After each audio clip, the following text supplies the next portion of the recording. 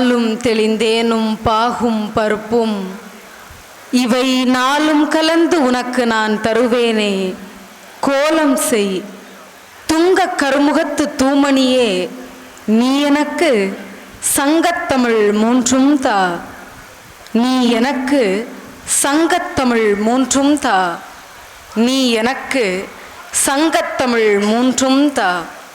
ஹரே ராம ராம ராம ஹரே ஹரே, ஹரே கிருஷ்ணா கிருஷ்ண கிருஷ்ணா ஹரே ஹரே.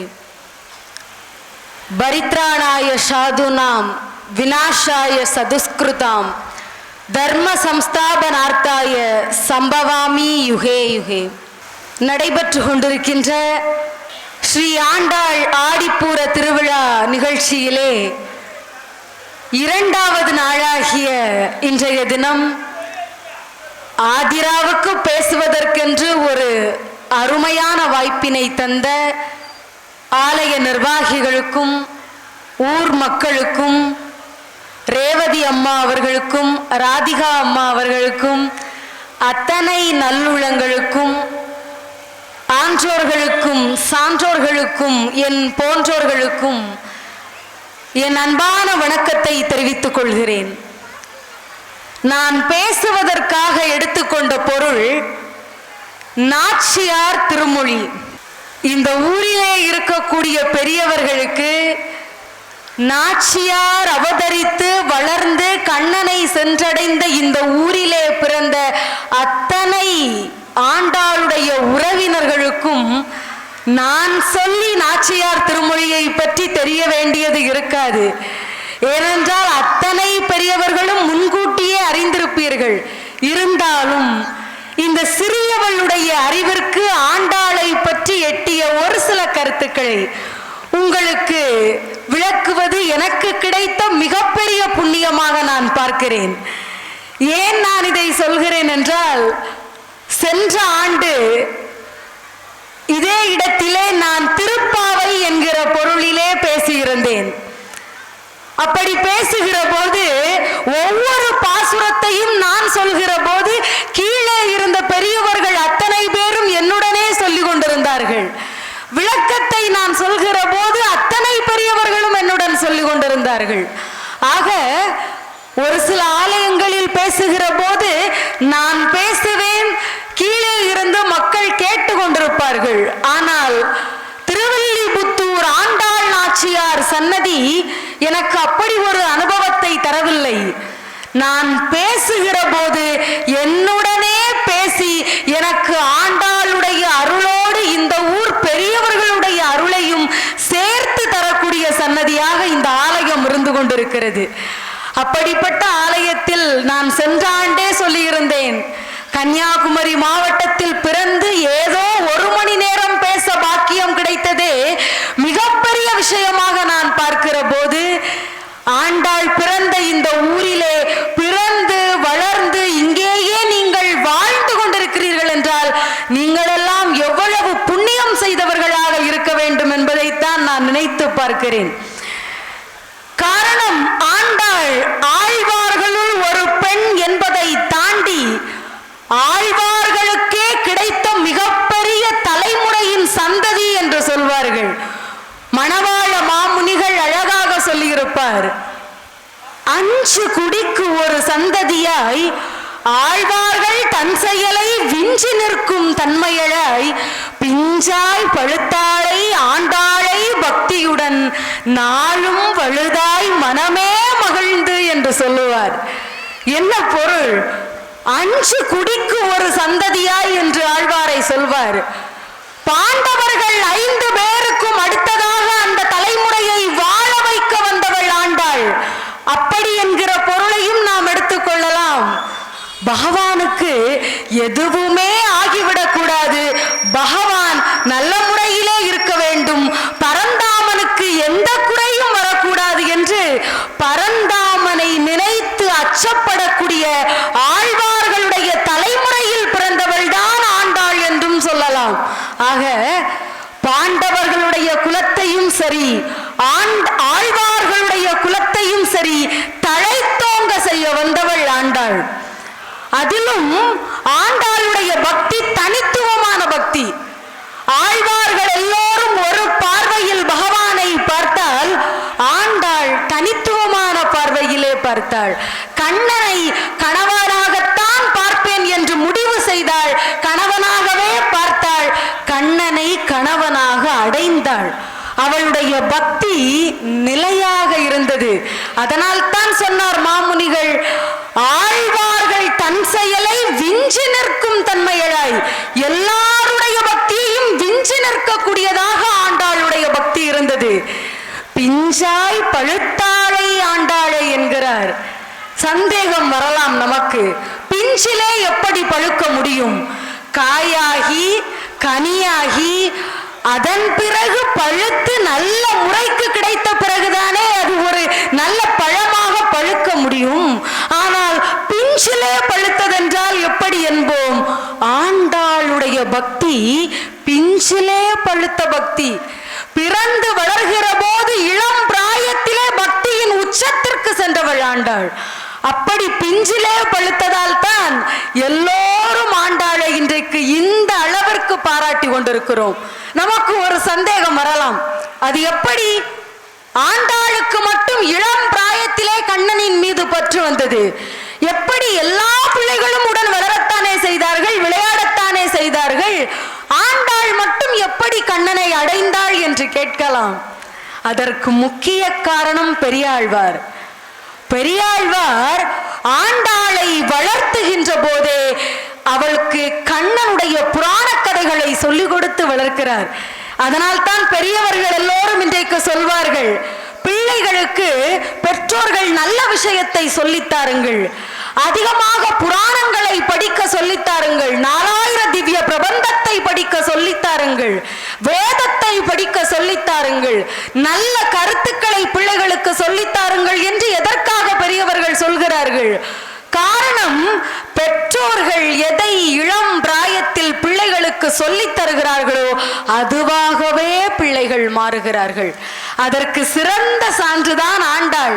பெரியாழ்வார் கண்ணனை பற்றியே சொல்லிக் கொடுத்தார், கண்ணனுடனே விளையாட அனுமதித்தார், எல்லாமே கண்ணனுக்காக ஆண்டாளை வழிநடத்தியதால் அந்த கண்ணனையே அடைய வேண்டும் என்று ஆண்டாள் தன்னுடைய மனதிலே நினைத்தாள். அப்படிப்பட்ட பெரியாழ்வார் கண்ணனை நல்ல முறையிலே பக்தியுடன் வணங்க வேண்டும் என்று ஆண்டாளுக்கு சொல்லிக் கொடுத்த பெரியாழ்வார் கண்ணனுடைய திருவடிகளை முதலில் வணங்குகிறார். 4000 திவ்ய பிரபந்தத்தினுடைய முதல் பாடலே அதுதான், முதல் பாசுரமே அதுதான். கண்ணனுடைய திருவடிகளை வணங்குகிறார். பல்லாண்டு பல்லாண்டு பல்லாயிரத்தாண்டு பல கோடி 100,000 என்கிறார். என்ன பொருள்? மனிதர்கள் எல்லோரும் எதற்காக வாழ்கிறோம்? எப்படியாவது அந்த கோவிந்தனுடைய திருவடிகளை, அந்த பரந்தாமனுடைய திருவடிகளை ஒரு முறையாவது அடைந்து விட மாட்டோமா என்று ஏங்குகிறோம். ஆனால் பெரியாழ்வார் எப்படி ஏங்கினார்? எல்லாருமே அந்த திருவடியைத்தானே சென்றடைய வேண்டும் என்று நினைக்கிறோம். அப்படி என்றால் அந்த திருவடி பல ஆண்டு காலம் வாழ வேண்டுமே என்று கண்ணனுடைய திருவடிகள் பல்லாண்டு பல்லாண்டு வாழ வேண்டும் என்று ஆசைப்பட்டார். அது மட்டுமல்ல, தாலாட்டு பாடுவதின் தந்தை என்றே பெரியாழ்வாரைத்தான் சொல்கிறோம். முதலாக தாலாட்டு பாடலை பாட சொல்லிக் கொடுத்தவர் பெரியாழ்வார் தான். கண்ணனை குழந்தையாக நினைத்து பெரியாழ்வார் தாலாட்டுகிறார். மாணிக்கம் கட்டி வைரமிடை கட்டி அணிப்பொன்னால் செய்த வண்ண சிறு தொட்டில் பேணி உனக்கு பிரம்மன் விடுதந்தான் மாணி குரலனே தாலேலோ வையம் அழந்தானே தாலேலோ என்று சொன்னாள். நினைத்து பாருங்கள், சாதாரண தொட்டிலே கண்ணனை உறங்க வைக்கவில்லை பெரியாழ்வார். அந்த தொட்டில் முழுக்க மாணிக்கங்கள் கட்டப்பட்டிருக்கிறதாம். மாணிக்கமும் இடையிடையே வைரங்களும் கட்டப்பட்டிருக்கிறதாம். அவ்வளவு அழகான தொட்டிலை கண்ணனுக்கு யார் கொடுத்தார், யார் செய்து கொடுத்தார் என்று கேட்டால் பெரியாழ்வார் சொல்கிறார், கண்ணன் பிறக்கிற போது பிரம்மனே அனுப்பி வைத்தான். கண்ணன் இந்த கட்டிலே இந்த தொட்டிலே தான் பிறந்து தவழ்ந்து வளர வேண்டும் என்று ஆசைப்பட்டு பிரம்மனே பூலோகத்தில் பூலோகத்திற்கு அனுப்பி வைத்த தொட்டில்தான் அது. தொட்டிலே சிறு பிள்ளை போல உறங்கி கொண்டிருப்பதற்காக வெறும் சிறு குழந்தைத்தனமாகத்தான் இந்த கண்ணன் இருந்து விடுவான் என்று நினைக்க கூடாது. பெரியாழ்வார் சொல்கிறார், தொட்டிலே உறங்கி கொண்டிருந்தாலும், பார்ப்பதற்கு இளம் பிள்ளையாய் இருந்தாலும் நீ சாதாரணமானவன் அல்ல.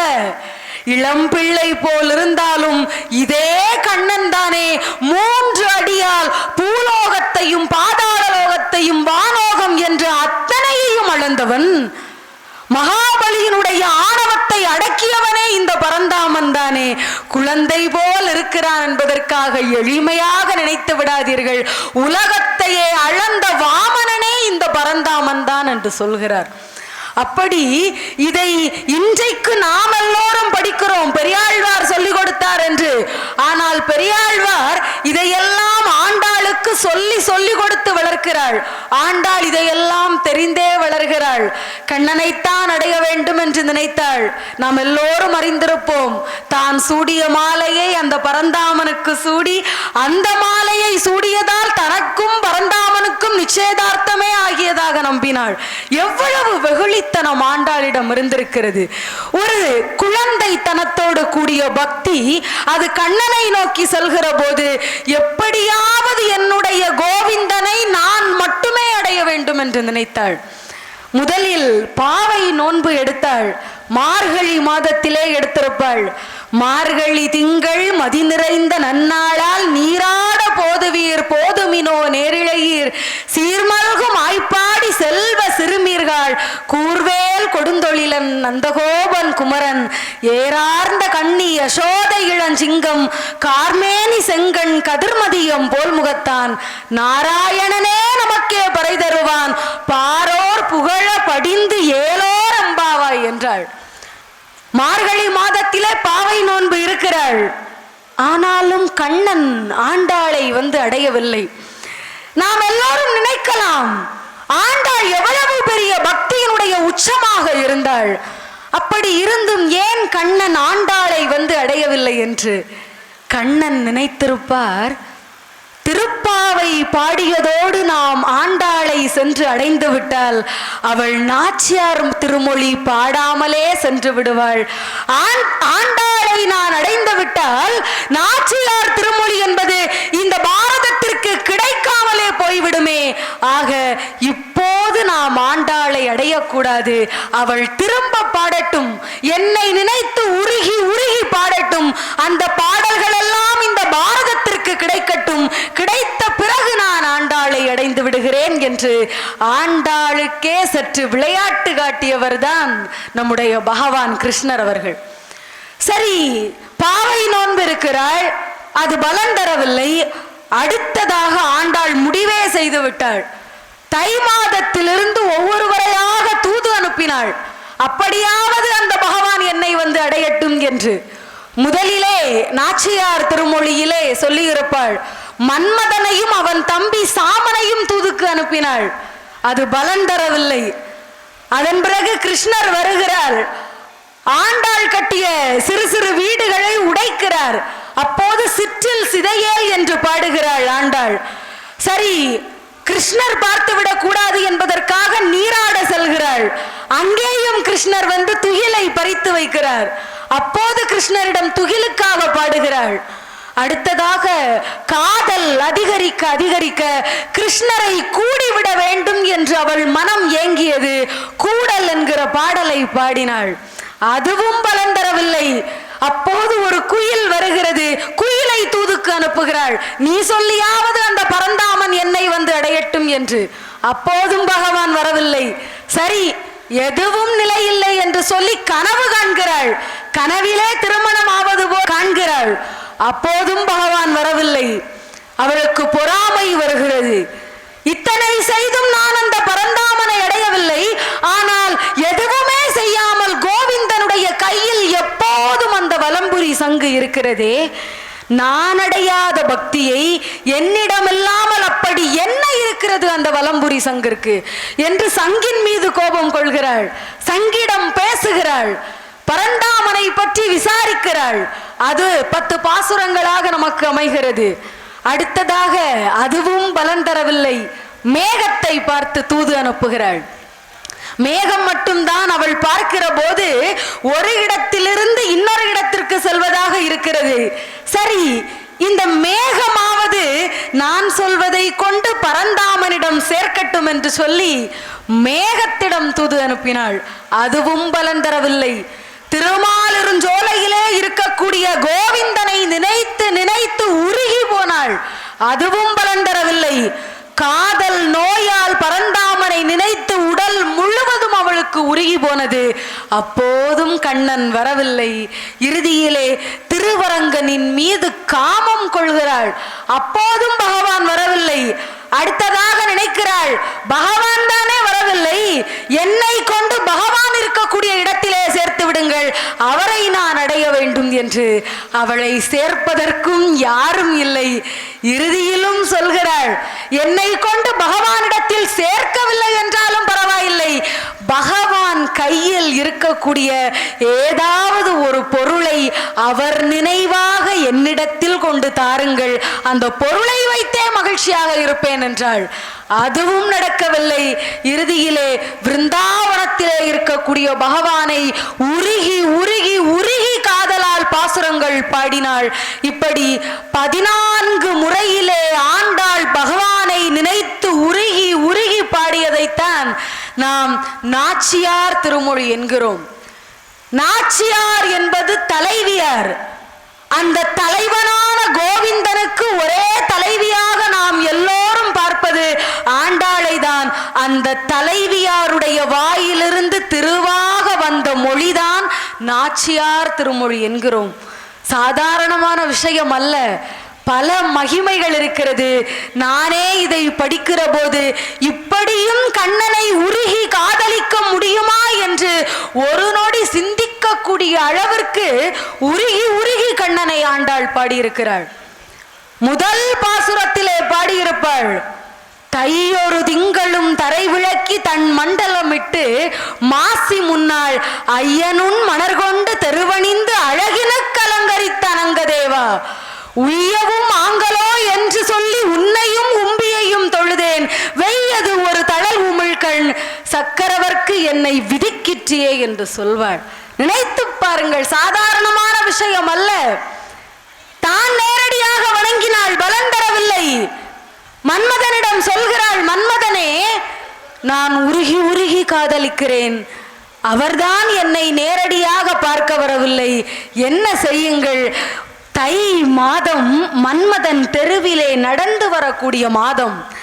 அந்த தை மாதத்திலே தெருவையெல்லாம் சுத்தம் செய்து அழகாக தண்ணீர் தெளித்து வெண் மணல் கொண்டு நான் கோலமிட்டு வைக்கிறேன்.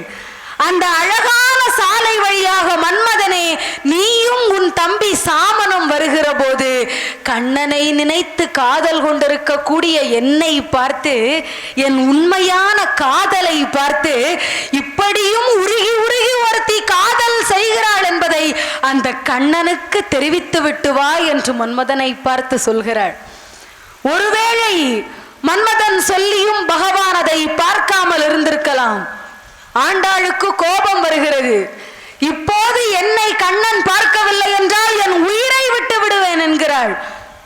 அதை அழகாக ஒரு பாசுரத்திலே சொல்லி இருப்பாள், வானிடை வாழும் அவ்வானவர்க்கு மறையவர் வேள்வியில் வகுத்த ஆவி கானிடை திரிவதோர் நரி புகுந்து கடப்பதும் மோப்பதும் என்று சொல்கிறாள்.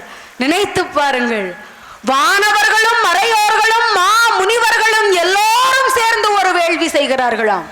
மிகப்பெரிய வேள்வி. ஏதோ ஒரு மிகப்பெரிய பலன் கிடைக்க வேண்டும் என்று ஆசைப்பட்டு மிகப்பெரிய ஒரு வேள்வியை செய்கிறார்கள். நினைத்து பாருங்கள், அவ்வளவு கஷ்டப்பட்டு ஒரு வேள்வி செய்கிற போது திடீரென்று காட்டிலே அங்கேயும் இங்கேயும் ஓடிக்கொண்டிருக்கக்கூடிய ஒரு நரி அந்த வேள்விக்கு இடையிலே ஒரு முறை ஓடி சென்று அந்த வேள்வியை குலைத்து விட்டால் அது எப்படி இருக்கும்? அவ்வளவு பெரிய வேள்வியை சாதாரண ஒரு நரி சென்று இடையிலே அங்கேயும் இங்கேயும் ஓடினால் அந்த வேள்விக்கு எப்படி பலனில்லாமல் போகுமோ, அதே போலத்தான் கண்ணனை நினைத்து கொண்டிருக்கக்கூடிய என்னுடைய உடல் கண்ணனுக்கு மட்டுமே என்று சொன்னாள். அந்த வேள்வி எப்படி பலனை தாங்கியதோ, நான் கண்ணனை நினைத்து காதலை தாங்கி கொண்டிருக்கிறேன். என்னுடைய உடல் கண்ணனுக்கே. இந்த உடல் மட்டும் இந்த உலகத்திலே பிறந்து வளரக்கூடிய ஒரு மானிடனுக்கானது என்று சாதாரண பேச்சு அடிபட்டால் கூட என்னுடைய உயிரை நான் மாய்த்து கொள்வேன் என்று சொன்னாள். மானிடவர்களுக்கென்று பேச்சுப்படில் என் உயிரை மாய்த்தே விடுவேன் என்று உறுதியாக நின்றவள் ஆண்டாள். நினைத்து பாருங்கள், நான் திருமணம் என்று ஒன்று செய்தால் அது கண்ணனை மட்டும்தான் செய்வேன் என்றாள். அவ்வளவு திடமான உறுதியான பக்தி ஆண்டாளிடம் இருந்தது. அந்த பக்தியை நிலைநாட்ட மன்மதனிடம் பேச்சு கொடுக்கிறாள். எப்படி? மன்மதா, உனக்கு கரும்பும் கட்டி அவலும் நெய்யும் எல்லாம் ஊற்றி சமைத்து தருகிறேன். என்னவெல்லாம் வேண்டுமோ சொல், எல்லாவற்றையும் தருகிறேன். இவை எல்லாவற்றையும் நீ பெற்றுக்கொண்டு கண்ணனை மட்டும் என்னிடத்தில் கொண்டு சேர்த்து விடு என்று மன்மதனிடமே பேரம் பேசியவள் ஆண்டாள். அவள் நினைத்தது ஒன்றுதான். யாரிடம் சென்று தூது அனுப்புகிறோம் என்று ஆண்டாள் பார்க்கவில்லை. மன்மதனிடம் சொல்லலாமா, குயிலிடம் சொல்லலாமா என்று அவள் பார்க்கவில்லை.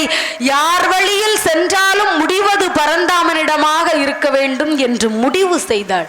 அவ்வளவு பக்தி இருந்தது. அந்த பக்தியிலே ஒரு திடம் இருந்தது. இன்றைக்கெல்லாம் நம்மில் பலரிடத்திலே பக்தி இருக்கிறது, ஆனால் சற்று கடவுள் நம்பிக்கை குறைந்து போகிறது. ஒரு முறை நாம் ஒரு விஷயத்தை கேட்கிறோம், 2 முறை கேட்கிறோம், பகவான் தரவில்லை என்று வைத்துக் கொள்ளுங்கள். எப்போதும் கடவுள் இப்படித்தான், பகவான் இப்படித்தான், நாம் கேட்பது எதையுமே தருவதில்லை, இனிமேல் ஒரு பிரச்சனைக்கு அழைத்தாலும் அவர் வரப்போவதில்லை என்று சொல்லி நம்பிக்கையை இழந்து விடுகிறோம். ஆனால் ஆண்டாள் எத்தனையோ பாசுரம் பாடியும் நம்பிக்கையை இழக்கவில்லை. உதாரணமாக பார்த்தால், ஒரு கடவுள் நம்பிக்கையே இல்லாத ஒருவன் ஒரு மலையிலே ஏறுகிறான். பல அடி தூரம் அந்த மலையிலே ஏறிவிட்டான். திடீரென்று அவனுடைய கால் தழுவி போய் கீழே விழப்போகிறான். அங்கே கிடைத்த ஒரு கிளையை பற்றி பிடித்து கொண்டு தொங்கிக் கொண்டிருக்கிறான். இப்போது அவனுக்கு தெரியும், இந்த மலையிலே யாரும் வந்து நம்மை காப்பாற்ற போவதில்லை, யாருமே இங்கே கிடையாது, அந்த கடவுள் நினைத்தால் மட்டும்தான் காப்பாற்ற முடியும் என்று கடவுளே கடவுளே என்று அழைத்தான். யாரும் வரவில்லை. திரும்ப அழைக்கிறான், யாருமே வரவில்லை. பகவானே பகவானே என்று 1000 முறை குரல் கொடுத்தான். சரி என்று பகவான் திரும்ப குரல் கொடுத்தார். இத்தனை முறை ஒரு பக்தன் அழைக்கிறானே என்று சொல்லி, என்ன விஷயம் என்று குரல் கொடுத்தார். அவன் சொன்னான், இப்போது இந்த இடத்தில் என்னை யாரும் காப்பாற்ற முடியாது, பகவானே எப்படியாவது என்னை காப்பாற்றுங்கள், நான் உங்களை மட்டும்தான் நம்பி இருக்கிறேன் என்றான். பகவான் சொன்னார், நீ என்னை நம்புவது உண்மைதானே என்று. ஆம், உங்களை மட்டும்தான் நம்புகிறேன் என்றான். சரி, நீ என்னை நம்புவது உண்மை என்றால் நீ பற்றி பிடித்திருக்கும் கிளையிலிருந்து உன் கையை விட்டுவிடு என்றார். அவன் உடனே கேட்டான், கிளையிலிருந்து கையை எடுத்தால் நான் கீழே விழுந்து இறந்து விடுவேனே என்று. அதன் பிறகு அந்த குரல் கேட்கவே இல்லை. அவன் கடவுள் பேசுகிறான் என்று நம்பி இருந்தால் கடவுள் சொன்ன அடுத்த கணமே கிளையிலிருந்து கையை விட்டிருப்பான். ஏன்? பகவான் என்னை காப்பாற்றுவார் என்ற நம்பிக்கை இருந்திருக்கும். ஆனால் இறந்து விடுவேனே என்று அவன் சொன்ன பிறகு, என் மீது நம்பிக்கை இல்லாத உன்னை காப்பாற்றி நான் என்ன செய்ய போகிறேன் என்று பகவானும் குரல் கொடுக்கவில்லை. ஆக பகவானை நாம் அழைப்பதோ, பகவானை பார்த்து 1000 பாடல்கள் பாடுவதோ முக்கியமல்ல. ஒரு பாடல் பாடினாலும் உள்ளார்ந்த நம்பிக்கையோடும் மனமார்ந்த பக்தியோடும் நாம் பாடி துதிப்போம் என்று சொன்னால் அதைவிட புண்ணியம் எதுவும் இல்லை. அதை செய்தவள் தான் ஆண்டாள். திருப்பாவை பாடினாள், நாச்சியார் திருமொழி பாடினாள், இறுதியில் தானே பகவான் அவளை அடைந்தார். அதுவரைக்கும் நம்பிக்கையை ஆண்டாள் விட்டுவிடவில்லை. அந்த நம்பிக்கை நமக்கு வேண்டும். அது இருந்தாலே நாம் வாழ்க்கையில் ஜெயிக்க முடியும். சரி, முதலில் மன்மதனை அழைத்து விட்டாள். இப்போது பகவான் வராததால் ஆனால் சிறு பிராயம் அல்லவா, கடற்கரை ஓரத்திலே சென்று மணலிலே வீடு கட்டி விளையாடுகிறாள். பகவான் வருகிறார். அவளுக்கு கோபம். இவ்வளவு நாள் நான் அழைத்த பிறகுத்தானே வந்திருக்கிறீர்கள் என்று கோபத்திலே அவள் வீடை கட்டி கொண்டே இருக்கிறாள். பகவான் ஆண்டாள் என்னை பார்க்கவில்லையே, அவளிடம் விளையாட்டு காட்ட வேண்டுமே என்று சொல்லி ஆண்டாளும் ஆயர்குல பெண்களும் கட்டக்கூடிய சிறு சிறு வீடுகளை எல்லாம் இடித்து விட்டே வருகிறார். கையை வைத்து அந்த வீடுகளை குலைத்து குலைத்து கொண்டிருக்கிறாள். ஆண்டாளுக்கு கோபம். அப்போது பகவானை பார்த்து ஆண்டாள் பாடுகிறாள். நாமம் 1000 ஏத்த நின்ற நாராயணா, நரனே உன்னை மாமி தன் மகளாக பெற்றதால் எமக்கு வாதை தவிருமோ, காமன் போதரு காலமென்றெண்ணி பங்குனினால் கடைபாரித்தோம், தீமை செய்யும் ஸ்ரீதரா எங்கள் சிற்றில் வந்து சிதையேலே என்றாள். 1000 நாமங்களை கொண்டிருக்கக்கூடிய நாராயணே, நீ சாதாரணமானவன் அல்ல. சாதாரணமாகவே நீ ஆயர்குல பெண்களுக்கு விளையாட்டு காட்டக்கூடியவன் என்பது எனக்கு தெரியும். இப்போது நீ யசோதையின் மகனாக பிறந்தவன். யசோதையின் மகனாக நீ வளர்ந்ததால் எங்களுக்கும் உறவினராக மாறிவிட்டாய். சாதாரண பிள்ளைகளுக்கே விளையாட்டு காட்டக்கூடிய நீ உறவினர்களான எங்களுக்கும் விளையாட்டு காட்டதானே செய்கிறாய். தயவு செய்து நாங்கள் கட்டக்கூடிய அந்த வீட்டை ஒருபோதும் இடித்து விளையாடாதே என்றாள். திரும்பவும் பகவான் இடித்து இடித்து விளையாடுகிறாள். அவளுக்கு கோபம் ஒரு அளவை தாண்டி போனது. அப்போது பகவானை பார்த்து சொன்னாள், கஜேந்திரனுக்கு மட்டும் மோட்சம் கொடுத்தாய், கஜேந்திரனுக்கே மோட்சம் கொடுத்த உனக்கு இத்தனை நாள் நினைத்து கொண்டிருக்கிற இந்த ஆண்டாளுடைய காதலுக்கு மோட்சம் தர வேண்டும் என்று தோன்றவில்லையா என்றாள். நினைத்து பாருங்கள், உண்மையாகவே தானே கேட்டிருக்கிறாள் ஆண்டாள். கஜேந்திரனுடைய வரலாறு என்பது ஒரு விஷ்ணு பக்தன். திரிகூட மலைக்கு அடிவாரத்திலே ஒரு நதி இருக்கிறது. அந்த நதியிலே துர்வாச முனிவர் நீராடுவதற்காக வருகிறார். துர்வாச முனிவர் நீராடுவதற்காக வந்திருந்த அதே சமயத்தில் கந்தர்வன் பல இளம் பெண்களோடு நீராடுவதற்காக வந்தான். நீராடி கொண்டிருந்த கந்தர்வன் என்ன செய்கிறான், பெண்களுடைய கால் என்று நினைத்து துர்வாச முனிவருடைய காலை பற்றி இழுக்கிறான். துர்வாச முனிவருக்கு கோபம் வந்தது, சாபம் கொடுத்தார். இந்த நதியிலே நீ முதலையாகவே இரு இனிமேல் என்று சாபம் கொடுத்தார். முதலையாக மாறி போன கந்தர்வன் துர்வாச முனிவரை பார்த்து கேட்டான், நான் பாவ விமோசனம் அடைய வேண்டும் என்றால் என்ன செய்ய வேண்டும் என்று. துர்வாச முனிவர் சொன்னார், பகவானுடைய சக்ராயுதத்தாலே உனக்கு பாவ விமோசனம் கிடைக்கும், பொறுமையாக இந்த நதியிலே இரு என்று. இதே நேரத்திலே இந்திரதீமன் என்கிற ஒரு விஷ்ணு பக்தனாக இருக்கக்கூடிய அரசனுக்கு தான் மிகப்பெரிய விஷ்ணு பக்தன் என்பதால் தன்னை அறியாமலே ஒரு ஆணவம் வந்து விடுகிறது. அந்த ஆணவத்தின் உச்சத்தில் அவன் இருந்ததால் ஒரு நாள் தன்னுடைய அரச சபைக்கு அகத்திய முனிவர் வந்ததை கூட அவன் காணாமல் அகத்திய முனிவருக்கு மரியாதை கொடுக்காமல் இருந்தான். அகத்தியருக்கு இப்போது கோபம் வந்தது. நீ எவ்வளவு பெரிய விஷ்ணு பக்தராக இருந்தாலும் ஆணவத்தின் உச்சத்திலே இருக்கிறாய், நீ யானையாகவே மாறிவிடு என்று சொன்னார். அந்த யானைக்குத்தான் கஜேந்திரன் என்று பெயர். இப்போது யானையாக மாறி அரசன் கேட்டான், எனக்கு பாவ விமோச்சனம் என்ன என்று. அப்போது அகத்திய முனிவர் சொன்னார், பகவானால் உனக்கு பாவ விமோச்சனம் கிடைக்கும் என்று. இங்கே நதியிலே முதலையாகவும் கரையிலே கஜேந்திரனாகவும் 2 பேரும் பகவானுக்காக காத்து கொண்டிருக்கிறார்கள். இந்த சமயத்திலே முதலையாக இருக்கக்கூடிய அந்த நதிகரைக்கு ஒரு நாள் கஜேந்திரன் வருகிறார், அந்த யானை வடிவிலே.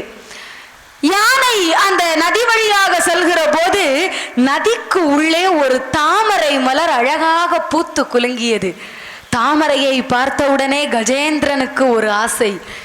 இவ்வளவு அழகாக ஒரு தாமரை இருக்கிறது என்று சொன்னால் அது விஷ்ணுவுக்கு அல்லவா கொடுக்கப்பட வேண்டும், விஷ்ணுவின் திருவடியில் அல்லவா இருக்க வேண்டும் என்று சொல்லி ஓடோடி சென்று அந்த நதிக்கு உள்ளே சென்று அந்த தாமரையை பறித்தது. தன்னுடைய துதிக்கையால் பறித்ததுதான் தாமதம். நதியில் இருந்த முதலை யானையின் காலை கவ்வி பிடித்தது. இப்போது யானைக்கு கரைக்கும் வர முடியவில்லை, முதலையிடமிருந்து தன்னை மீட்டு கொள்ளவும் முடியவில்லை. ஆனால் ஒரே ஒரு நோக்கம்தான், தனக்கு என்னானாலும் பரவாயில்லை, இந்த தாமரையை விஷ்ணுவின் திருவடியில் கொண்டு நான் சாற்ற வேண்டும் என்று நினைத்தது. பகவானே பகவானே என்று 1000 முறை கஜேந்திரன் அழைக்கிறான். பகவான் ஓடோடி வருகிறார். வருகிற வேளையிலே பகவானுடைய சக்கராயுதம் கோபத்திலே முதலையின் கழுத்தை சீவி கொண்டு சென்றது. முதலைக்கும் மோட்சம் கிடைத்தது, கஜேந்திரனையும் காப்பாற்றினார். ஆண்டாள் இதை சொல்லி காண்பிக்கிறாள். உனக்கு சிறந்த பக்தனாக இருந்ததால் கஜேந்திரன் நதியிலே போராடுகிற போது உன்னை அழைத்தவுடன் ஓடோடி சென்றாய். ஆக பக்தன் அழைத்தால் உனக்கு செல்லும் மனம் இருக்கிறது, செல்ல தோன்றுகிறது.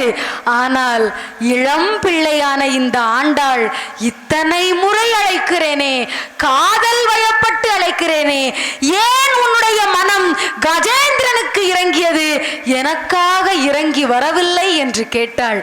பாருங்கள், அவள் சாதாரணமாக அழைக்கவில்லை, யாருக்கெல்லாம் உதவி செய்திருக்கிறீர்கள் என்ற எண்ணிக்கையை எடுத்திருக்கிறாள் ஆண்டாள். இத்தனை பேருக்கு உதவி செய்தும் எனக்காக மட்டும் இறங்கி வரவில்லையே என்று கோபம் கொள்கிறாள். இவ்வளவு கோபம் வந்த பிறகும் ஆண்டாள் என்ன தெரியுமா சொல்கிறாள்? பகவானே, 1000 அளவு கோபம் என் மனதில் இருக்கிறது. உன்னை பார்த்ததும் அதையெல்லாம் காண்பிக்க வேண்டும் என்று தான் நான் நினைக்கிறேன். ஆனால் என்ன செய்வது? என் கண் முன்னே உன் திரு உருவம் வந்து நிற்கின்ற போது மனதில் இருக்கக்கூடிய கோபங்கள் எல்லாம் அழிந்து போய் உன்னை பார்த்தவுடன் காதலால் மனம் உருகி போகிறதே, என்ன மாயம் வைத்திருக்கிறாய் உன் திருமுகத்திலே என்று கேட்கிறாள். 1000 அளவு கோபம் இருந்தாலும் காட்டக்கூடிய அளவிற்கு உன்னுடைய முகம் இல்லையே, அப்படியே பார்த்தால் உருகி போகிறதே என் மனம், ஏன் இப்படி இருக்கிறாய் பரந்தாமா என்று உருகி உருகி ஆண்டாள் காதல் வயப்பட்டு பாடுகிறாள். சரி என்று சொல்லி நீராடுவதற்கு சென்றாள். ஆயர்குல பெண்களோடு செல்கிறாள். எல்லோரும் நீருக்குள் செல்வதற்கு முன்பால் தன்னுடைய ஆடைகளை எல்லாம் கழற்றி கரையிலே வைத்துவிட்டு செல்கிறார்கள். குளித்துவிட்டு வந்து பார்த்தால் கரையில் வைத்த ஆடைகளை காணவில்லை. பெண்கள் எல்லோருக்கும் தெரிந்துவிட்டது, நம்முடைய ஆடைகளை மறைத்து வைக்க வேண்டும் என்றால் அது அந்த கண்ணனாகத்தான் இருக்க வேண்டும் என்று சொல்லி பக்கத்திலே இருந்த குருந்த மரத்திற்கு மேலே பார்த்தார்கள். பரந்தாமன் எல்லா பெண்களுடைய ஆடைகளையும் விளையாட்டுத்தனமாக தன்னுடைய கையிலே மறைத்து வைத்துவிட்டு அந்த மரத்திலே புல்லாங்குழல் ஊதிக்கொண்டிருக்கிறார். அப்போது ஆண்டாள் பாடுகிறாள், கோழி அழைப்பதன் முன்னம் குடைந்து நீராடுவான் போந்தோம், ஆழியன் செல்வன் எழுந்தான் அரவு அணை மேல் பள்ளி கொண்டாய் என்று பாடினாள். நாங்கள் எதற்காக கோழி அழைப்பதற்கு முன்பாக, சூரியன் உதிப்பதற்கு முன்பாக இந்த நதிக்கு நீராட வந்தோம்? அவ்வளவு சீக்கிரம் வந்தாலாவது இந்த பரந்தாமன் இங்கே வராமல் இருப்பார் என்று நினைத்தோம். இவ்வளவு சீக்கிரம் வந்தும் கூட எங்களிடம் விளையாட்டு காட்டுவதற்காக எங்களுடனே வந்திருக்கிறாயே பரந்தாமா, உன்னை என்னவென்று நான் சொல்ல என்று உருகி போகிறாள் ஆண்டாள். பாருங்கள், மன்மதனை அனுப்பிவிட்டாள். சிற்றில் சிதைத்து முடிந்தது. துயிலை பகவான் எடுத்து விட்டார்.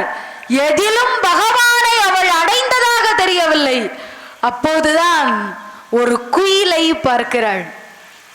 குயிலை பார்த்ததும் மட்டற்ற மகிழ்ச்சி. எப்படியாவது இந்த குயிலை வைத்து கண்ணனை என்னிடத்தில் வர வைக்க வேண்டும் என்று சொல்லி குயிலை தூது அனுப்பினாள். எப்படி அனுப்புகிறாள்?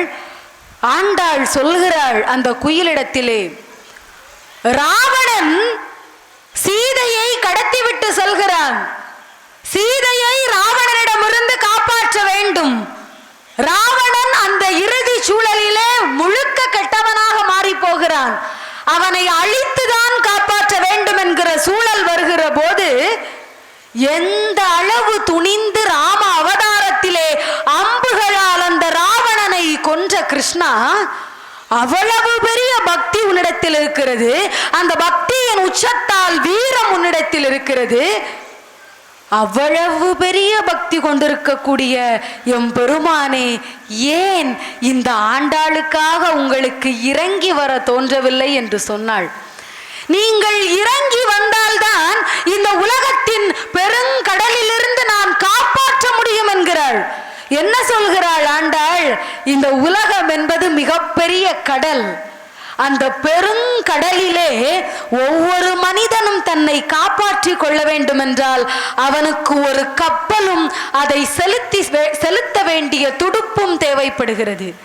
பகவானே, யார் யாருக்கோ எது எதுவோ கப்பலாகவும் துடுப்பாகவும் மாறி போகிறது. ஆனால் என் வாழ்க்கையிலே, இந்த கடல் என்கிற என் வாழ்க்கையிலே நான் கரையை அடைய வேண்டும் என்று சொன்னால் எனக்கு கப்பலும் சரி துடுப்பும் சரி அது கோவிந்தனை தவிர வேறு யாராகவும் இருக்க முடியாது.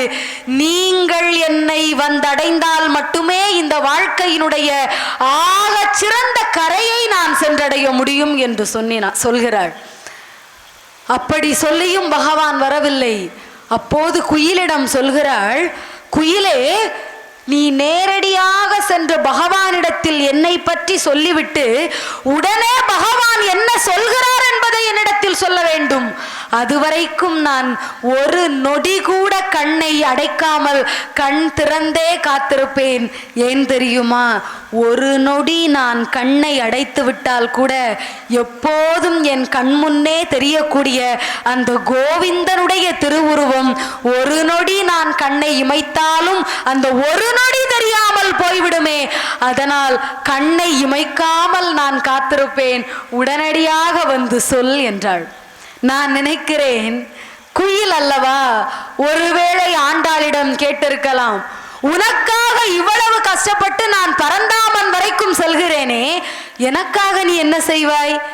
நான் பரந்தாமனிடம் சென்று உன்னுடைய காதலை சொன்னால் எனக்காக நீ என்ன செய்து தருவாய் என்று கேட்டிருக்கலாம்.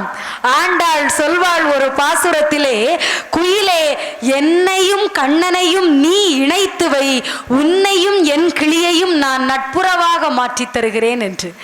எங்களுக்கு நல்ல நட்பை ஏற்படுத்தி கொடுத்தால் உங்களுக்கு நல்ல நட்பை நான் ஏற்படுத்தி கொள்கிறேன் என்கிறாள். அது மட்டுமல்ல, ஏன் தெரியுமா நாம் ஆண்டாளை மிகப்பெரிய உச்சியிலே வைத்து பார்க்கிறோம்?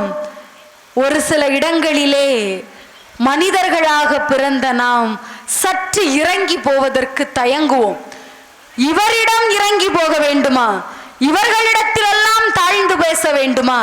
தாழ்ந்து பேசிதான் வாழ்க்கையிலே சாதிக்க வேண்டுமா என்று நினைப்போம். ஆனால் ஒன்றை அடைய வேண்டும் என்றால், அது நல்ல விஷயமாக இருந்தால் யாரிடமும் தாழ்ந்து போகலாம் என்கிறாள் ஆண்டாள். எப்படி தெரியுமா? பரந்தாமனிடம் என்னை மட்டும் நீ சேர்த்து வைத்து விட்டால், அந்த குயிலை பார்த்து சொன்னாள், பரந்தாமனிடத்தில் என்னை நீ சேர்த்து வைத்து நானும் பரந்தாமனும் சேர்ந்து விட்டால், இப்போது சொல்கிறேன், இன்று முதல் என் வாழ்நாள் வரை என் திருவடி உன் காலில் கிடக்கும் என்றாள். குயிலினுடைய காலிலே என் திருவடி கிடக்கும் என்று சொல்கிறாள் என்றால் எந்த வழியில் சொல்கிறேன் என்று ஆண்டாள் யோசிக்கவில்லை. அந்த ஆண்டவனை அடைந்தால் போதும் என்று நினைத்தாள். அவ்வளவு பெரிய பக்தி ஆண்டாளுடைய பக்தி. ஒருவேளை இவ்வளவு சொல்லியும் கூட அந்த குயில் போகாமல் இருந்திருக்கலாம். ஆண்டாள் கேட்டாள், குயிலே, உன் வாழ்க்கையில் என்ன அறம்தான் இருக்கிறது? பிறக்கிறாய், மரத்தின் கிளையிலே அமர்ந்திருக்கிறாய், உணவுக்காக தேடி செல்கிறாய், திரும்ப வந்து அதே மரத்திலே அமர்கிறாய். உன்னுடைய வாழ்க்கையில் என்னதான் லட்சியம் இருக்கிறது? என்னதான் அறம் இருக்கிறது? நான் சொல்வதை கேள். எனக்காக நீ தூது செல்வாய் என்று சொன்னால் அறம் இல்லாமல் இருந்த உன் வாழ்க்கை இன்று முதல் அறம் நிறைந்ததாக மாறும் என்று சொல்கிறாள். அது எல்லாம் சொல்லி முடித்து இன்னொன்று சொன்னாள். அதில்தான் ஆண்டாளுடைய குழந்தைத்தனம் தெரிகிறது. தூது போக சொன்னால் நட்புறவாக மாற்றுகிறேன் என்றால், திருவடியிலே இருக்கிறேன் என்றால், அறமாக வாழ்க்கையை மாற்றி தருகிறேன் என்றாள். இவ்வளவு சொல்லியும் குயில் ஒருவேளை தூது செல்லாமல் இருந்திருக்கலாம். ஆண்டாள் அடுத்து சொன்னாள், இவ்வளவும் செய்தால்தான் என் தோட்டத்தில் உனக்கு இடம், இவ்வளவும் செய்யவில்லையா, இன்றிலிருந்தே என் தோட்டத்திலிருந்து உன்னை விரட்டி விடுவேன், வெளியே செல் என்று சொன்னாள். அப்படியாவது குயில் செல்லும் என்று நினைத்தாள். அவ்வளவு வெகுளித்தனமான ஒரு ஆசை கண்ணன் மீது அவளுக்கு. எல்லாம் முடிகிறது, குயிலும் தூது செல்கிறது, கண்ணன் வரவில்லை. சரி, பகல் கனவு பலிக்கும் என்று நாம் சொல்வோம். ஆண்டாள் அன்றைக்கே அதை நம்பி இருக்கிறாள். கனவில் திருமணம் ஆவது போல் கனவு கண்டாவது அதை நிஜப்படுத்துகிறேன் என்று கனவு கண்டாள். அழகான கனவு. ஆண்டாளுடைய திருமண கனவு என்பது அதை கேட்கிற போதே ஒவ்வொரு பெண்களுக்கும் இப்படியும் ஒரு திருமண கனவு காண முடியுமா என்று தோன்றும். ஒவ்வொரு நிகழ்ச்சியையும் கனவாக கண்டிருப்பாள். வாரணம் 1000 சூழ வலம் செய்து நாரணன் நம்பி நடக்கின்றான் வந்து எதிர், பூரண பொற்குடம் வைத்து புறமெங்கும் தோரணம் நாட்ட கனாகண்டேன் தோழினான். நாளை வதுவை மணமென்று நாளிட்டு பாளை கமுகின் பரிசுடை பந்தல்கீழ் கோளரி மாதவன் கோவிந்தன் என்று ஒரு காளை புகுத கனாகண்டேன் தோழினான். இந்திரன் உள்ளிட்ட தேவர் குழாமெல்லாம் வந்திருந்து என்னை மகட்பேசி மந்திரித்து மந்திர கோடி உடுத்து மணமாலை அந்தரி சூட்ட கனாகண்டேன் தோழினான். மத்தளம் கொட்ட வரிசங்கம் நின்றூத முத்துடை தாமம் நிறைதாழ்ந்த பந்தல் கீழ் மைத்துனன் நம்பி மதுசூதனன் வந்து என்னை கைத்தலம் பற்ற கனாகண்டேன் தோழினான். நினைத்து பாருங்கள், ஒவ்வொரு நொடியையும் ரசித்து எழுதியிருப்பாள் ஆண்டாள். ஒரு யானை 2 யானை இல்லை. ஆண்டாளுடைய திருமணத்திற்கு 1000 யானைகள் சூழ்ந்து நிற்க வேண்டுமாம். 1000 யானைகள் சூழ்ந்து நிற்கிற போது அவளும் கண்ணனும் மட்டும் அந்த யானைகளுக்கு மத்தியிலே நின்று தன்னுடைய திருமண பந்தலை பார்க்கக்கூடிய நிகழ்ச்சியை ஆண்டாள் அப்படியே நினைக்கிறாள். சரி, திருமணம் நடக்க வேண்டும் என்றால் ஒரு நாள் முன்பாக அதை பற்றி எல்லாம் நாம் சிந்திப்போம். நாளை திருமணம் என்றால் இன்றைக்கு என்னென்ன நடக்க வேண்டும் என்று. அதை ஆண்டாள் எழுதினாள். நாளை வதுவை மணம் என்று நாளிட்டு நாளைக்கு எங்களுக்கு திருமணம் என்று நாள் குறித்து விட்டால் இன்றைக்கே பாளை கமுகு பாக்கு எல்லாம் எங்கள் வீட்டின் முன்னால் கட்டி அழகான தோரணங்கள் எல்லாம் இருக்க அந்த தோரணத்தின் வழியாக நானும் கோவிந்தனும் நடந்து வர வேண்டும் என்று கனவு கண்டாள். சரி, நாளை திருமணம் நடப்பதாக இன்றைக்கு நிச்சயித்தார்கள் என்றால் இந்த நிச்சயம் நடப்பதை அதற்கு முன்பாக தீர்மானித்திருப்பார்கள். பெண் பார்க்க வருவார்கள். ஆண்டாள் அதை சொல்கிறாள். இந்திரன் தேவர்கள் எல்லோரும் வருகிறார்களாம் பெண் பார்க்கும் நிகழ்ச்சிக்கு. அப்படி வந்து எல்லோரும் இருக்கிற நேரத்திலே அவளை கண்ணனுக்கு ஆண்டாள்தான் என்று நிச்சயிப்பதாக கனவு காண்கிறாள்.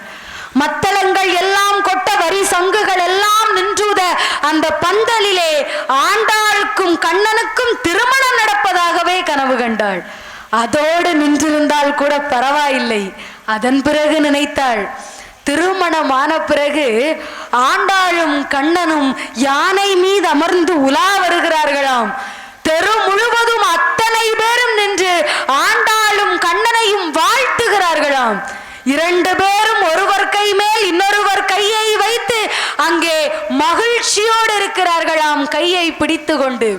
அது மட்டுமல்ல, அம்மி மிதிப்பதில் தொடங்கி நாம் தீயை வலம் வருவதில் தொடங்கி 2 பேரும் திருமணத்திற்கு பிறகு கையிலே பொறியை வாரியதை வீசுவதில் தொடங்கி அத்தனையையும் ஒன்று ஒன்றாக கனவு கண்டு கண்ணனை நினைத்து உருகியே போனாள்.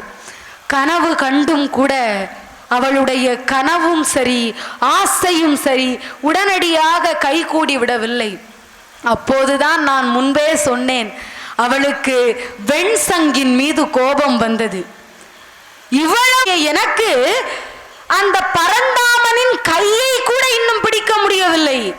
ஆனால் பரந்தாமனின் கையிலே இருக்கிறதே வெண்சங்கு, அது என்ன புண்ணியம் செய்தது?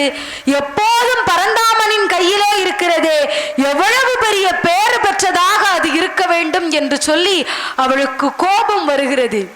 கோபத்தை தணித்து கொண்டு வெட்கத்தை விட்டு அந்த வெண் சங்கிடம் சென்று கேட்கிறாள், பரந்தாமனை பற்றி அதை அழகாக ஒரு பாசுரம் சொல்லியிருக்கும். கற்பூரம் நாருமோ கமலப்பூ நாருமோ திருப்பவள செவ்வாய்தான் தித்தித்து இருக்குமோ மறுப்ப ஒசித்த மாதவன் தன் வாய்ச்சுவையும் நாற்றமும் விருப்புற்று கேட்கிறேன் சொல் ஆழி வெண்சங்கே என்று சொன்னாள். வெட்கத்தை விட்டு ஆண்டாள் கேட்கிறாள் அந்த பரந்தாமனிடம் இருக்கக்கூடிய வெண்சங்கிடம், வெண்சங்கே உன்னை மட்டும்தான் பரந்தாமன் எப்போதும் அழகிய அந்த சிவந்த இதழிலே வைத்து எப்போதும் உன்னை மட்டும்தான் வைத்து வாசிக்கிறார். நீ சொல், பரந்தாமனுடைய இதழ் சுவை எப்படி இருக்கிறது? சிவப்பு நிறத்திலே கோவை பழம் போன்று சிவந்திருக்கக்கூடிய அந்த வாயினுடைய சுவை எப்படி இருக்கிறது? சரி விடு, அந்த வாயினுடைய சுவையை தாண்டி உலகமே போற்றக்கூடிய மூவடியால் இந்த உலகத்தையே அளந்த அந்த பரந்தாமனுடைய வாயின் நறுமணம் எப்படி இருந்தது என்று கேட்டாள். கற்பூரம் போன்று இருந்ததா, இல்லை தாமரை பூ கமலம் போன்று இருந்ததா, எந்த பூவை போன்று எந்த வாசனையோடு எந்த சுவையோடு இருந்தது என் பரந்தாமனுடைய வாய் என்று அப்பேற்பட்ட நீயாவது சொல்லிக் கொடு, எனக்கு கூட அந்த பேரு கிடைக்கவில்லையே என்று சங்கின் மீது குழந்தைத்தனமாக கோபப்பட்டாள். அதுவும் பலன் தரவில்லை என்றே வைத்துக் கொள்ளுங்களேன். சங்கிடம் கோபப்பட்டும் சரி, சங்கிடம் தூது அனுப்பியும் சரி, அதுவும் பலன் தரவில்லை. உருகி உருகி அவளுக்கு காதல் நோயே வந்துவிட்டது. இனிமேல் உருகுவதற்கு உடம்பில் சத்தும் கிடையாது, மொத்தமாக உருகி போனாள். அப்போது தன் உடல் உருகிவிட்டது என்று வருத்தப்பட்டால் கூட பரவாயில்லை, தானே இங்கே உடல் நோயால் வருத்தப்படுகிறாள்.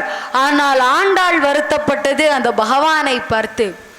எனக்கு என்னானாலும் பரவாயில்லை, ஆனால் என்னையே நினைத்துதானே இப்போது பகவானும் உருகி கொண்டிருப்பார். அந்த பகவான் நலிவடைந்திருந்தால் அவருக்கு என்ன ஆயிற்று, உடல் எப்படி இருக்கிறது என்று கேட்பதற்கு என்னை விட்டால் யார் இருக்கிறார் என்று நினைத்தாள். நான் பூலோகத்தில் இருக்கிறேன், அவர் மேலோகத்தில் இருக்கிறார். பரந்தாமனுடைய உடல் வாடி போயிருந்தால் என்னை தவிர யார் கேட்க முடியும் என்று உருகி போனாள் ஆண்டாள். அடுத்ததாக ஒன்று சொன்னாள். எப்படியும் என்னை வந்து அடைவேன் என்று தானே பகவான் வாக்கு கொடுத்திருக்கிறார், இன்னும் வந்தடையவில்லையே, பகவான் பொய் சொல்ல முடியுமா என்றாள். அதற்கு ஒரு எடுத்துக்காட்டை வைக்கிறாள் ஆண்டாள். ராமாயணத்திலே ராமனை அடைந்து விட வேண்டும் என்பதற்காக சூர்பனகை அழகான ஒரு திருவுருவை பெற்று வருகிற போது அவளிடம் மயங்காத ராமன் அவளுடைய மூக்கினை அறுத்து விடுகிறான். ஆக தலை சிறந்த பண்போடு வாழ்ந்த ராம அவதாரத்தை செய்த பகவானே, நீ பொய் சொல்லலாமா? எவ்வளவு சிறந்த பண்பை கொண்டவன், நீங்கள் பொய் சொன்னால் இந்த பாரதம் தாங்குமா? நீங்கள் என்னை அடைவேன் என்று சொல்லிவிட்டு என்னை அடையவில்லை என்று சொல்லி அந்த வார்த்தை பொய்யானால் நான் பெரியாழ்வாருக்கு பிறந்தேன் என்பதும் பொய்யாகி போகும் என்று சொன்னாள். இறுதி நேரம் வர வர ஆண்டாளுக்கு கோபமும் வந்து விடுகிறது. இனிமேலாவது நீ என்னை வந்து அடைந்து விடு என்று கோபப்பட்டாள்.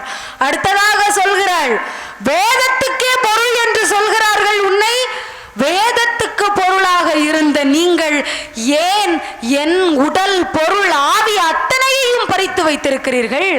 வேதத்தின் பொருளை மட்டும் எடுத்து வைத்திருக்க வேண்டியதுதானே, என் பொருளையும் சேர்த்து எடுத்ததால் அல்லவா உங்களை மட்டுமே திருமணம் செய்வேன் என்று உருகி போயிருக்கிறேன் என்று கோபப்பட்டாள். இன்னொன்று சொன்னாள், காதலனை நினைத்து உருகுவதால் அது எவ்வளவு வலி கொடுக்கும் என்பது கண்ணா உனக்கு தெரியாதா என்று கேட்டாள். ஏன் தெரியுமா? ராமாயணத்திலே சீதை அசோகவனத்திலே இருக்கிறாள், ராமன் சீதையை தேடி இங்கே காட்டிலே இருக்கிறான். அனுமன் இப்போது சீதையை தேடி வருவதற்காக சென்றிருக்கிறான். அனுமன் சென்றது முதல் அனுமன் பதிலோடு திரும்பி வருவது வரை ராமனுக்கு உணவும் இல்லை, உறக்கமும் இல்லை. எப்போது சீதையை எங்கே இருக்கிறாள் என்பது எனக்கு தெரியும். எப்போது சீதையை நான் அடைவேன், என் காதலியை, என் துணைவியை எப்போது நான் அடைவேன் என்று சொல்லி ஏங்கி போயிருந்தார். சீதையை அடைந்தால் போதும் என்று அவருடைய மனம் குமுறியது. ஆண்டாள் கேட்டாள், இதே பகவான் தானே ராமாவதாரம் எடுத்தார். சீதை தொலைந்து போகும்போது சீதையை அடைய வேண்டும் என்று துடித்த உங்கள் மனம் நான் துடிக்கிற போது ஏன் என்னை அடைய வேண்டும் என்று ஆசை வரவில்லை, ஏன் என்னை அடைய தோன்றவில்லை என்று கோபப்பட்டாள். அடுத்ததாக ஊர் மக்கள் எல்லோரும் அவளிடம் சொல்கிறார்கள், இப்படி ஒரே ஆடவனை நினைத்து உருகினால் ஊர் மக்கள் எல்லோரும் நம்மை என்ன சொல்வார்கள் என்று. ஆண்டாள் சொன்னாள், நீங்கள் 1000 சொல்லுங்கள், நீங்கள் இப்போது பேசுவதெல்லாம் செவிடனின் காதில் ஊமை பேசியது போல் என் காதில் எதுவும் கேட்காது. பரந்தாமனின் நாமத்தை தவிர, பரந்தாமனின் நல்ல வாசகங்களை தவிர எதையும் என் காது கேட்காது, என் நாக்கு பேசாது என்று சொன்னாள். காதலின் உச்சத்திலே இருந்தாள். அடுத்ததாக ஆணையை போட்டு விட்டாள். அவளுடைய தந்தை ஊர் மக்களிடம் சொல்கிறாள், நீங்களாக கொண்டு கண்ணனிடம் என்னை சேர்த்து விடுங்கள். அப்படி சேர்க்கவில்லை என்றால் நானாக கண்ணனிடம் சென்று விடுவேன். நானாக சென்றால் பெண்ணொருத்தி தனியாக தன் கணவனை தேடி சென்று விட்டாள் என்று ஊருலகம் உங்களைத்தான் தவறாக பேசும். அதனால் நீங்களாக கொண்டு சேர்த்து விடுங்கள் என்று சொல்லி கண்ணனை உருகினாள். நிறைவு பகுதியாக சொல்கிறேன், ஆண்டாளுடைய பக்தி யாருக்குமே வராது. 3 எடுத்துக்காட்டு தான், அதை ஆண்டாளே சொன்னாள். கண்ணனை நான் அடைய முடியவில்லை, கண்ணன் என்னை அடையும் அளவுக்கு நான் இன்னும் பேறு பெறவில்லை. ஒன்றை மட்டும் செய்யுங்கள், அவர் என்னை வந்தடையும் வரைக்கும் அவர் கழுத்தில் இருக்கக்கூடிய துளசி மாலையை கொண்டு என் கழுத்திலே சாற்றுங்கள். முடியவில்லையா? நாம் எல்லோரும் அற்பமாக நினைப்போம் எச்சிலை, ஆனால் எனக்கு அதுதான் அமிர்தம். கண்ணனின் திருவாய் அமுதத்தில் இருக்கக்கூடிய எச்சிலை எடுத்து என் உடலெல்லாம் மருந்தாக பூசுங்கள். அதுவும் முடியவில்லையா? கண்ணன் நடந்த தடங்களிலே இருக்கக்கூடிய கண்ணனின் கால் தூசை எடுத்து என் உடலில் பூசுங்கள். இந்த 3இல் ஒன்றையாவது செய்யுங்கள், அதை வைத்து நான் மகிழ்ச்சியோடு வாழ்வேன் என்று சொன்னாளே ஆண்டாள். அவளுடைய பக்தி யாருக்கு வரும்? அந்த பக்தியை நாம் அடைய வேண்டும் என்று சொன்னால், ஒரு சிறியவளாக சொல்கிறேன், இந்த ஆலயத்திற்கு வருகிற போதெல்லாம் தான் அந்த 4000 திவ்ய பிரபந்தத்தை படிக்கக்கூடிய பாக்கியம் எனக்கு கிடைக்கிறது. சென்ற ஆண்டு திருப்பாவையை முழுமையாக படித்து உணர்ந்தேன். இந்த ஆண்டு நாச்சியார் திருமொழியை முழுமையாக படித்து உணர்ந்து அதை அனுபவிக்கக்கூடிய பாக்கியம் எனக்கு கிடைத்தது. அடுத்த ஆண்டும் இதே 4000 திவ்ய பிரபந்தத்தில் ஏதோ ஒரு பகுதியை நான் உணர்ந்து அதை சொல்லக்கூடிய பாக்கியத்தை இந்த ஆண்டாளும் இந்த திருவரங்கனும் தருவார் என்ற நம்பிக்கையிலே, தர வேண்டும் என்ற ஆசையோடு இத்தனை நேரம் ஆண்டாளுடைய நாச்சியார் திருமொழியிலே இந்த சிறியவளுக்கு எட்டிய பகுதியை பெரியவர்களுடைய மத்தியிலே பேச ஒரு வாய்ப்பை தந்து அதை இத்தனை நேரம் கேட்டுக்கொண்டிருந்த அத்தனை நல்லுள்ளங்களுக்கும், ஆன்றோர்களுக்கும், சான்றோர்களுக்கும், என் போன்றோர்களுக்கும், ஆலய நிர்வாகிகளுக்கும், ராதிகா அம்மா அவர்களுக்கும், ரேவதி அம்மா அவர்களுக்கும், அத்தனை நல்லுள்ளங்களுக்கும் நன்றி கூறி விடைபெறுகிறேன். நன்றி, வணக்கம். மலர் மாலையை அணிவிக்கின்றோம். நன்றி.